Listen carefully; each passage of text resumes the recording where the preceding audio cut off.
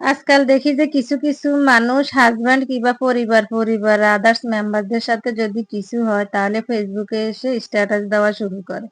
জানি না এরা ফেসবুকে স্ট্যাটাস দিয়ে কি যে মজা পায় কিংবা কি যে আনন্দ পায় আল্লাহই জানে।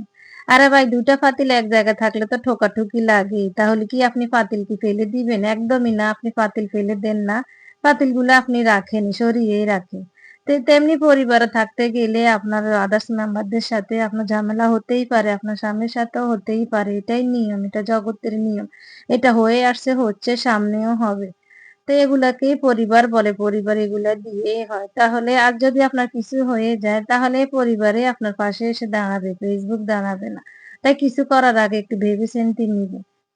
আর যার নামেই আপনি স্ট্যাটাস দেন এটা ওরা কি বুঝে না? অবশ্যই বুঝে। আপনি হয়তো বলবেন যে আপনি কাউকে মেনশন করে দেন নাই, আপনি এমনিই দিয়েছেন। আরে ভাই মানুষ ঘাসে মুখ দিয়ে চলে না। মানুষ বুঝে যে আপনি কাকে এটা উল্লেখ করে এই স্ট্যাটাসটা দিছেন।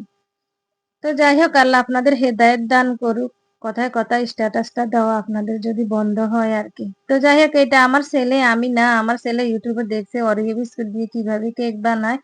তো এসে আমাকে বলে যে, "আম্মু আমাকে একটু হেল্প করো। আমি তো মানে কোথায় কি আছে আমি জানি না। আমি একটা কেক বানাবো।" তো আমি কই, "আচ্ছা ঠিক আছে দাও করো।" তার মধ্যে আমিও রিলসটা মানে ভিডিওটা করে নিই।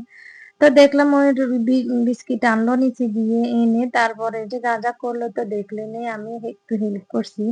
এখন এই যে বিস্কিটটা দিয়ে দিল আরকি এটারে আমি ব্লেন্ডার করে ১ম এ আমি একটা কাঠের ইয়ে দিয়ে ইয়ে করছি হয় না পরে ব্লেন্ডার করছি ওইটার ভিডিওতে দেখাই নাই। তো এই যে এখন ওভেনে দিয়ে বেক করে নিবে এই যে দেখেন।